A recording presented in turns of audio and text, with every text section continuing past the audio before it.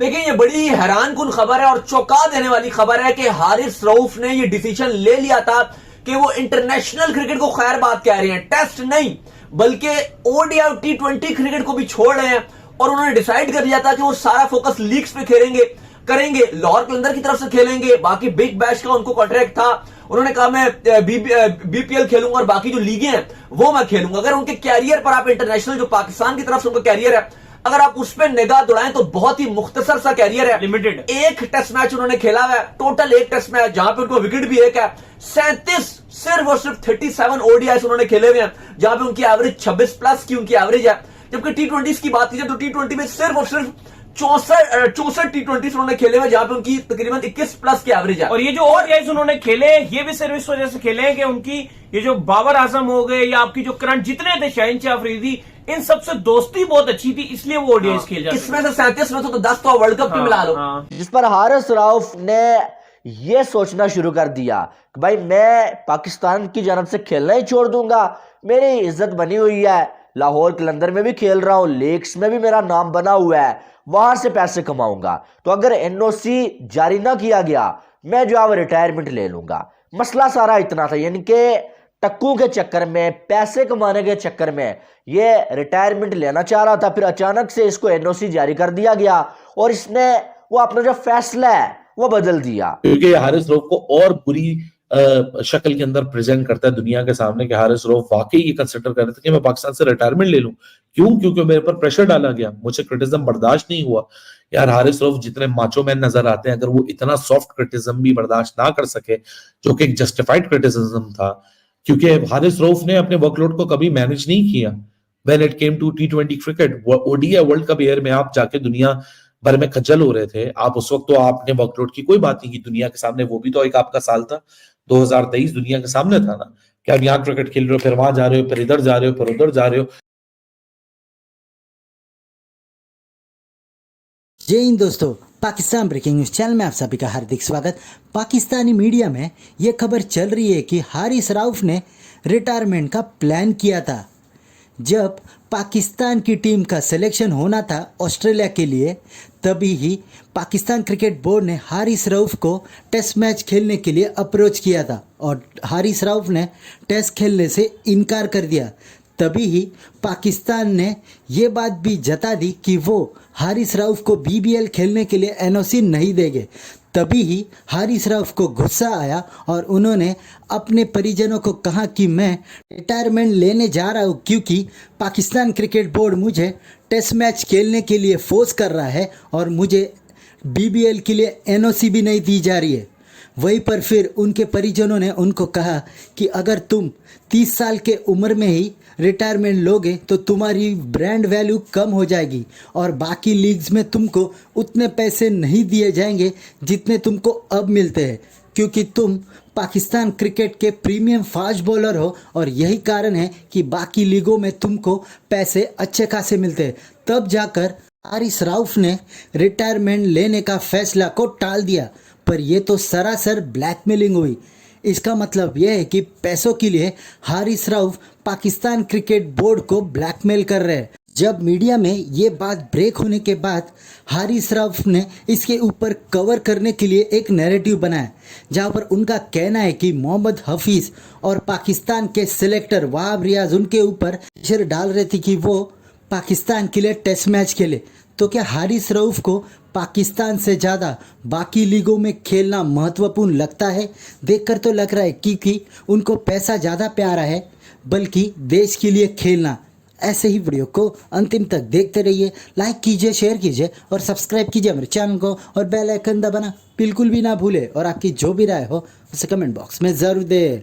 धन्यवाद। तो हारिस रऊफ के हवाले से कुछ जराये जो है ये कोट कर रहे हैं। हारिस रऊफ बड़ा डिसअपॉइंट हुए हैं जब से जो है इनको ऑस्ट्रेलिया टूर से ये अलग हुए थे तो इनके ऊपर काफी तनकीद हुई है। इन्होंने कहा जी वहाब रियाज ने बार बार मेरे बारे में आके प्रेस कॉन्फ्रेंस में बात की है, हाफिज ने मेरे ऊपर जो है वो आकर बात की है, तो वो इंटरनेशनल से रिटायरमेंट को कंसीडर कर रहे थे जी। देखिए ये बड़ी हैरानकुन खबर है और चौंका देने वाली खबर है कि हारिस रऊफ ने ये डिसीजन ले लिया था कि वो इंटरनेशनल क्रिकेट को खैर बात कह रहे हैं, टेस्ट नहीं बल्कि ओडीआई और टी20 क्रिकेट को भी छोड़ रहे हैं।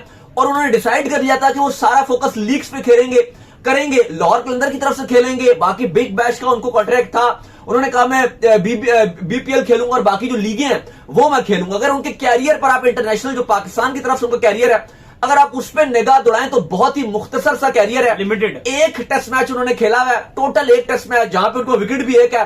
37 सिर्फ और सिर्फ 37 ओडीआईस उन्होंने खेले हुए हैं जहां पे उनकी एवरेज 26 प्लस की उनकी एवरेज है। जबकि टी20 की बात कीजिए तो टी20 में सिर्फ और सिर्फ 64 टी20 उन्होंने खेले हुए जहां पे उनकी तकरीबन 21 प्लस की एवरेज है। और ये जो ओडीआईस उन्होंने खेले ये भी सिर्फ इस वजह से खेले हैं कि उनकी ये जो बाबर आजम हो गए या आपकी जो करंट जितने थे शहनशाह अफरीदी इन सबसे दोस्ती बहुत अच्छी थी, इसलिए वो ओडीआईस खेल जाते। इसमें से 37 में तो 10 तो वर्ल्ड कप की मिला लो। हाँ। वो या आपकी जो बाकी ओडीआईस और ओडीआई में कोई खास परफॉर्मेंस नहीं, नहीं कोई है, performances कोई नहीं है। ओडीआई टी20 में है, ओडीआई में नहीं है परफॉर्मेंस। इवन 69 विकेटें हैं इनके क्रेडिट पे ओडीआईस में, लेकिन अगर आप वो देखो कि जिस तरीके से वो आई हैं टीमों के खिलाफ है और जहां जहां है और सबको जिस पता जिसकी है। वो टेल की विकेटें ज्यादातर मिली हैं, एंड में आकर विकेटें मिली हैं, वो जब बिल्कुल मैच निकल जाता है आखिरी 3-4 ओवर में ओडीआई में वो बैटर नहीं करती थी विकेट्स, क्योंकि ऑलरेडी रन बनना होता है, वो बन चुका होता है। और ऑफिशियल क्रिटिसिज्म भी हुआ, अनऑफिशियल क्रिटिसिज्म भी हुआ, फैंस ने भी क्रिटिसाइज किया, former players, Pakistan cricket board, chief selector, team director, youtuber, journalist, हर किसी ने क्या कहते हैं अपना क्रिटिसिज्म की हारिस रऊफ के ऊपर। हर किसी ने याद दिलाया कि बड़ा बॉलर तभी बना जाता है जब टेस्ट क्रिकेट आप खेली जाए।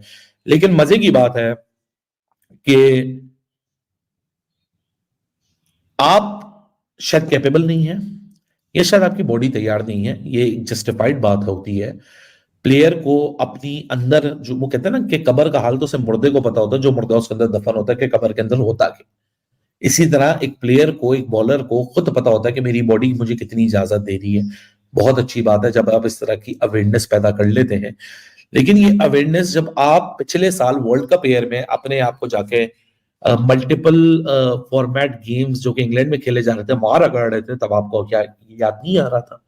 और मोहम्मद हारिस रऊफ अगर ये बात करते हैं कि जी मैं बड़ा डिसहार्टेंड हो गया था और मैंने इंटरनेशनल रिटायरमेंट लेने का सोच लिया था इस खबर के मुताबिक, और दोस्तों के कहने पे उन्होंने दोबारा रीफोकस किया अपने क्रिकेटिंग करियर के ऊपर, तो भाई इसी क्रिकेट ने आपको इज्जत दी है, इसी क्रिकेट ने आपको इज्जत दी, इसी क्रिकेट ने आपको जिंदगी का मौका दिया जहां आप अपनी जिंदगी को पलट सके। बात आ रही है ना, ये क्रिटिसिज्म से तंग आके नहीं, बल्कि उसी टाइम बिग बैश लीग जो है शुरू होने जा रही थी और टीम मैनेजमेंट की जानब से और पीसीबी की जानब से हारिस रऊफ को बिग बैश लीग के लिए एनओसी जारी नहीं किया जा रहा था, जिस पर हारिस रऊफ ने यह सोचना शुरू कर दिया कि भाई मैं पाकिस्तान की जानब से खेलना ही छोड़ दूंगा, मेरी इज्जत बनी हुई है, लाहौर कलंदर में भी खेल रहा हूं, लीग्स में भी मेरा नाम बना हुआ है, वहां से पैसे कमाऊंगा, तो अगर एनओसी जारी ना किया गया मैं जो है वो रिटायरमेंट ले लूंगा।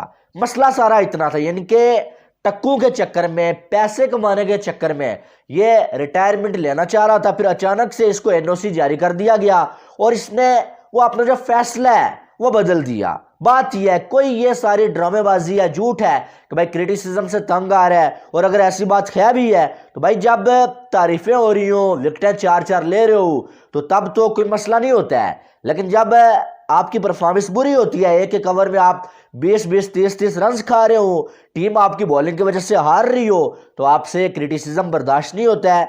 अगर आप तारीफ जो है वो के हकदार है भाई अच्छी परफॉर्मेंस देने के बाद, तो आपको जो है वो क्रिटिसिज्म भी बर्दाश्त करना चाहिए। ये भी खबर है कि हारिस रऊफ के फिर दोस्तों ने उनको, और जो उनके करीबी लोग हैं जिनसे वो मशवरा करते हैं, उन्होंने कहा नहीं अभी आप कुछ टाइम और खेलिए।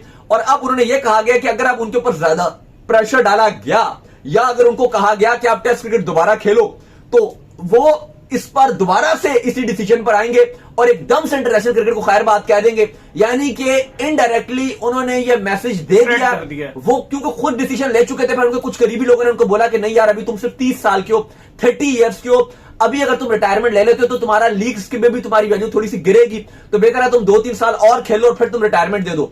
इसका साफ मतलब अली कहीं ना कहीं हारिस रऊफ ने आपको ये मैसेज दे दिया कि आप खुदारा बैकअप तैयार करो।